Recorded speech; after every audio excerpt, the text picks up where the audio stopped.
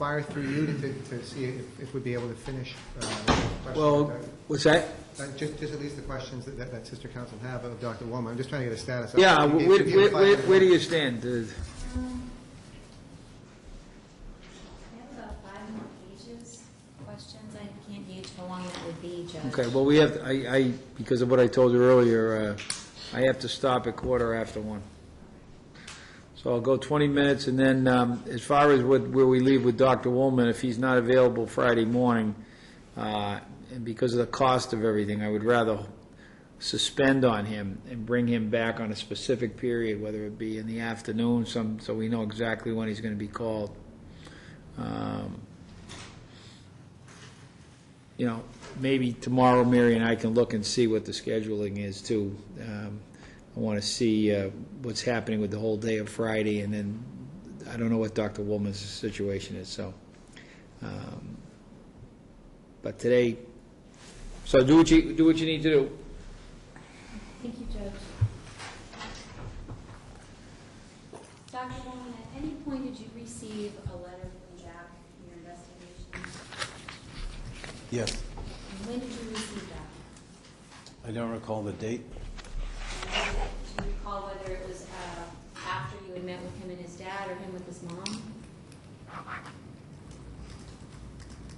I can't tell you specifically. And what did the note say? As I recall, it said, I want to live with my dad, and this is a paraphrase. I'm writing this of my own free will, something like that. And did you show the note to Ms. Kenny? I don't think I did, no. Did you show the note to Greg? I think he sent it to me. Did you talk to Jack about the note when you next met with him? I think I got it after my last meeting with him. Was your last meeting with who, Doc? With Jack. With Jack. So, and I think you made his additional comment that it was mailed to him by his father? Yeah, I want to. That was. I want to be clear. Is that how you received it? It was mailed from Mr. Dumke? Correct. Okay. Did it have any other letter in it when No. it was sent to you? And could you tell by looking at the note that whether it was physically forced on Jack? Did the writing seem unusual to you in any way? I don't know what physically forced writing would look like in an 11-year-old child, so I couldn't answer that. Understood. Thank you. Dr. Wolman, you met with Jack, with each parent at your office, and then again at each parent's home. Yes. Did you find that each home was appropriately furnished? Yes. Did each parent have a separate room for Jack? Yes. Did each of those rooms contain things that would be important or used by Jack? Yes. When you met with Jack at his dad's home, did he appear comfortable there? Yes. Did he appear comfortable with his father? Yes. And what kinds of things did you observe in the house that belonged to Jack? I think I referenced that in my report.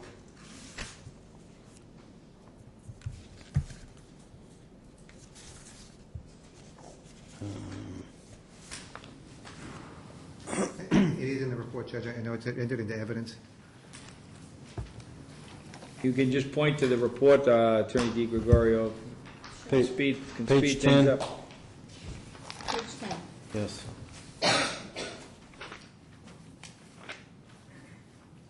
Did you meet with Jack privately when you were at his father's home? Yes, And did Jack again tell you where he wanted to live? he did. What did he say to you? Said he wanted to live with his dad. Did he say it with more or less emotion than the last time, a few times he had said that? Pretty much the same. And did you ask him follow-up questions about why he wanted to live with his dad? Of course. And what kinds of questions did you ask him? I said, why? What did he tell you? He said, a lot of reasons. Did he tell you And what I his said, reasons were? I said, what are the reasons? He said, too many to tell you. I said, can you give me a suggestion, an idea?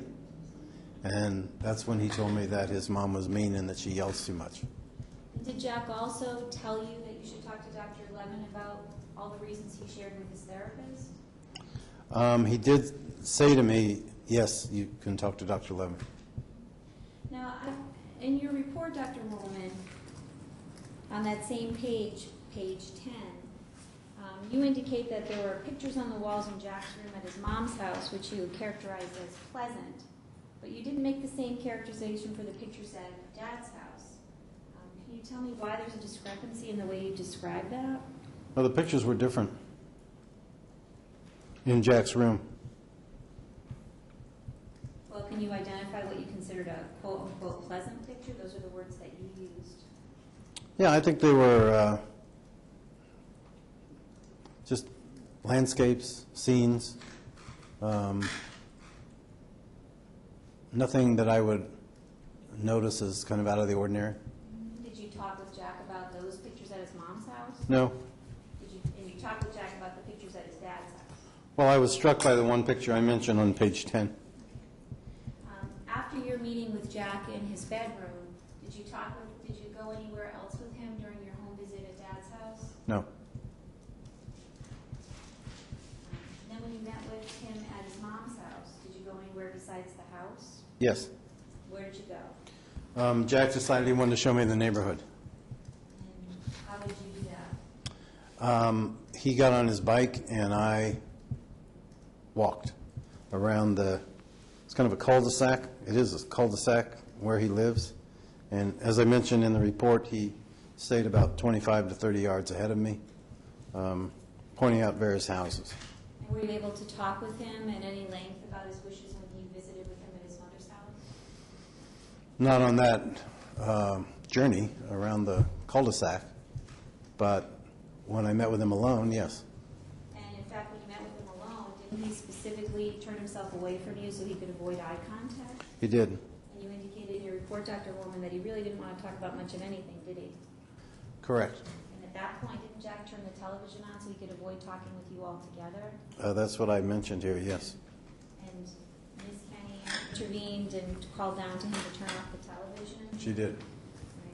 And you noted in your report, Dr. Wolman, that during your visit with Ms. Kenny, she never once raised her voice. Is that what you said? No, I don't think that's what I said. I said that was the only time she raised her voice was when she called downstairs to Jack to tell him to turn off the television. Mm-hmm. Hold on one moment.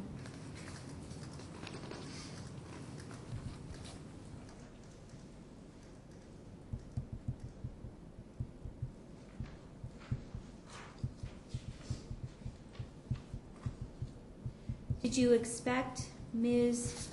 Kenny to yell at Jack when you were visiting at the home visit? Did I expect his mother to yell at him? No, I didn't expect one way or the other.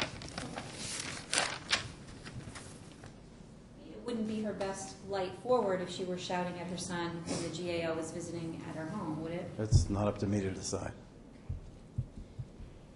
And then you also met with Jack again a second time, a third time in your office. Did he make any comments to you about where he wanted to live, Dr. Wolman?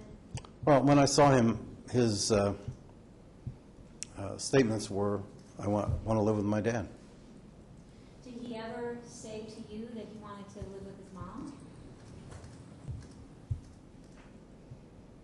No, like I said, he said he wanted to. He does live with his mom.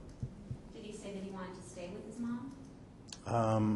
Not specifically, but when I asked him, then when would he see his mom, he wasn't real clear about that. He said he would see her a lot, but he didn't say I want to live with her or not with her. But he did say I want to live with my dad. And did he report to you that he wanted to spend more time with his dad, whether or not he lived with him? I think he might have. What was the one consistent thing that Jack said to you throughout your investigation, Dr. Wolman?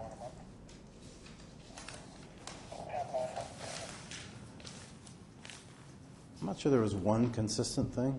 He asked, the last meeting I had with him, he, mostly because he didn't want to talk to me, he started interviewing me. Like, what's that building? Why is this chair here? How long have you been doing this work? Things like that. So he made it clear he really wasn't interested in engaging in conversation. And how many times did he tell you, if you had to estimate, during your investigation that he wanted to live with his father? Probably 4 or 5. In your professional opinion, Dr. Wolman, is it possible that Jack is what you call unemotional because no one is listening to what he's saying? Objection. No, rule, you can answer. I'm sorry, could you do that one again? In your professional opinion, is it possible that Jack is making statements that he wants to live with his dad in what you characterize as an unemotional way because he thinks no one is listening to what he's saying? In my opinion, no. In your professional opinion, is it possible that Jack stopped making disclosures to you when you made it clear to him everything he said to you would be shared with his mother? No. That's not possible. Is it possible? It's possible, but it's not probable. Did you at any time, Dr. Wolman, specifically instruct Meg Kenny to go to Mr. Dumpke's house in the woods with Jack? No.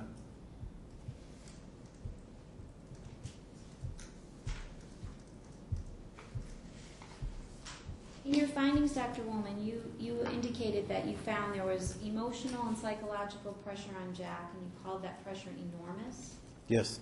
But you didn't specifically state in your findings or recommendation that all of that pressure was caused by Mr. Dumpke, did you?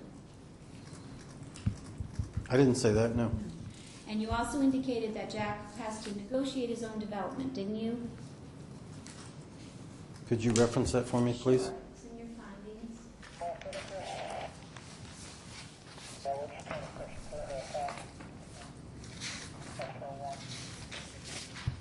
Under your conclusions, I'm sorry.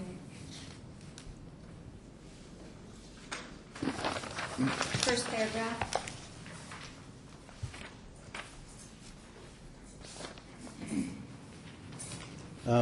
Pressure is enormous. Yes, I said that. Okay. And you also said that he has to negotiate his own development. With all the pressure that every other child faces, yes. Okay, so With, that wouldn't be unique to Jack, that would be to children his age. correct.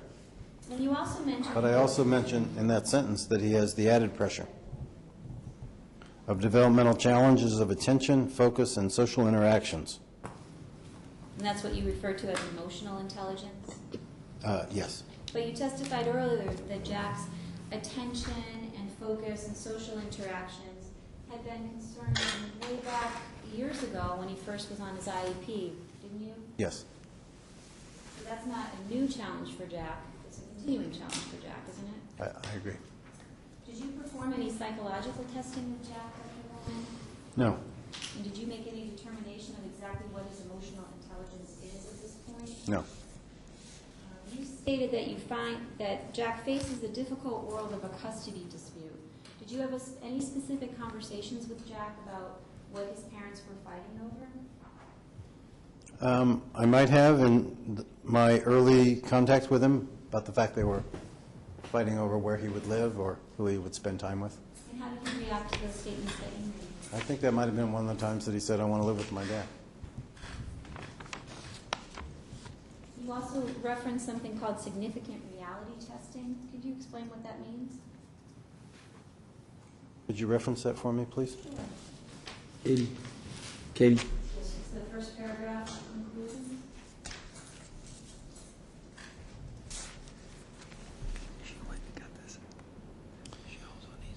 Yes. I said he also faces a difficult world of a custody dispute, one filled with loyalty conflicts, attachment threats, and perhaps most significant, reality testing. I did say that. And to me, reality testing means Jack's ability to correctly perceive what's real and what isn't real, and what's happening and what isn't happening, and how much of what he knows and believes and thinks and feels is coming from himself or coming from other sources. And would that kind of analysis be something that Dr. Levin would do with Jack as well? Ultimately, yes. But you never talked to Dr. Levin about reality testing or in particular No, I did. Jack's reality I did. testing? I did.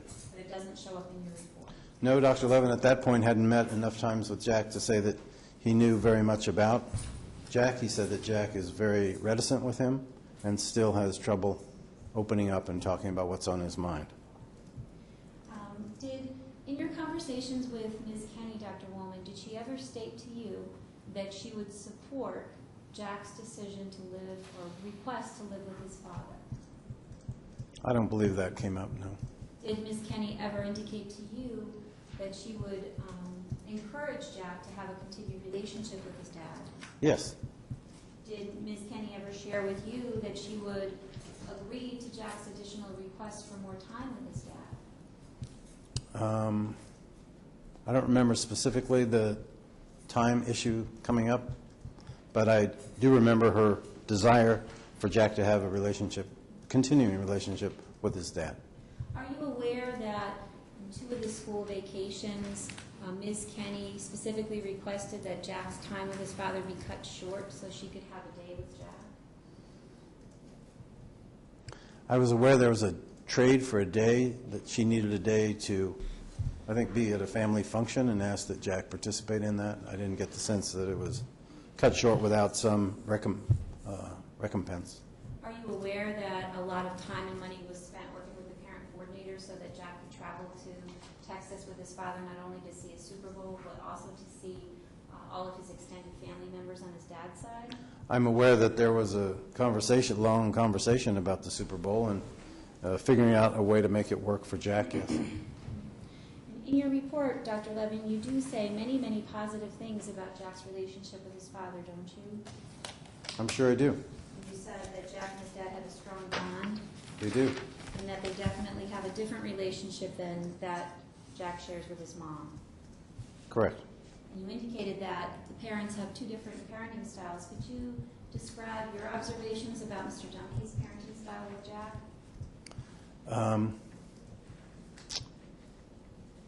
Yes, I think Mr. Dumke's parenting style with Jack is, on the one hand, permissive, and he encourages Jack to kind of do pretty much what he wants. He doesn't see Jack that often. He sees him, as I recall, every other weekend and one day. So they spend a lot of playtime together, doing, activities. They watch movies together. They, I think they ride their bikes together, and they do some physical activities and so forth. And in terms of his style, I would say that he's very devoted to making sure Jack gets pretty much what he wants. There's really not much. There's not much competition for Dad's attention when Jack is there. It's pretty much just Jack. So I think father is very attached to Jack. Jack's very attached to his father. And my concern that I indicated in my report is not so much the style as the judgment. And in terms of all of those things about Jack's demeanor toward his dad and his dad's demeanor toward him, you didn't include any of that in your report, did you? No, I think it's in there. It's, as you picked up in your questions, there's a lot of positive statements. And do you sense that Jack is feeling pressure to choose between his parents? Yes?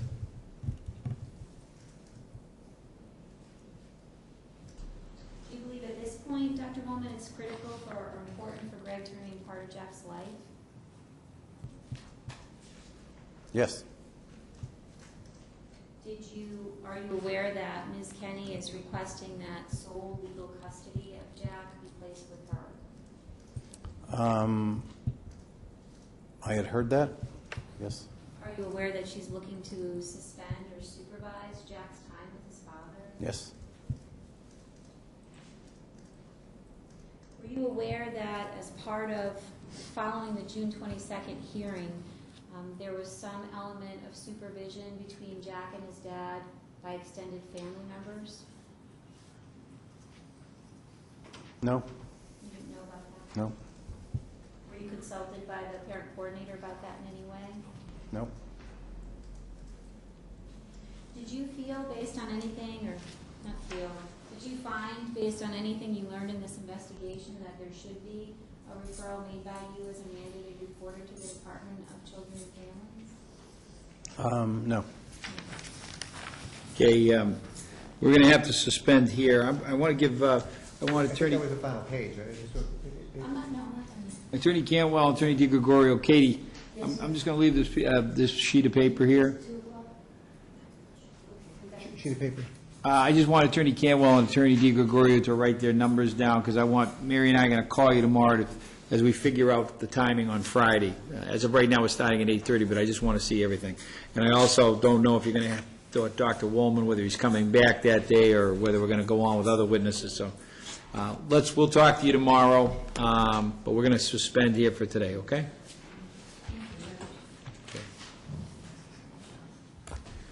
I'm going to hold on to the GAL report. Thank you, Judge. Thank you. Thank you, Judge. Thank you, Doctor. You're welcome. Judge, it's my understanding that the doctor's not available Friday, so but we do have obviously the two parties, and we do have Michelle Dorsey, but I prefer not to pay her. Well, that's why I want to talk to you. We're going to call you tomorrow to Right. say what the time parameters are, okay? Perfect. Thank you. Just leave that. Katie, Yes, sir. what's this? Record's off. Oh, is this that other person? Okay. We're going to grab all this stuff. You're welcome. So the judge is stopping today because he's You know what, that's good. We're just going to, this thing's going to have to come back or something, but, back and try to rework it so. well, I'm going to do the 90-day thing anyway. That's fine. I got to go. You're all set. See you tomorrow. Yeah.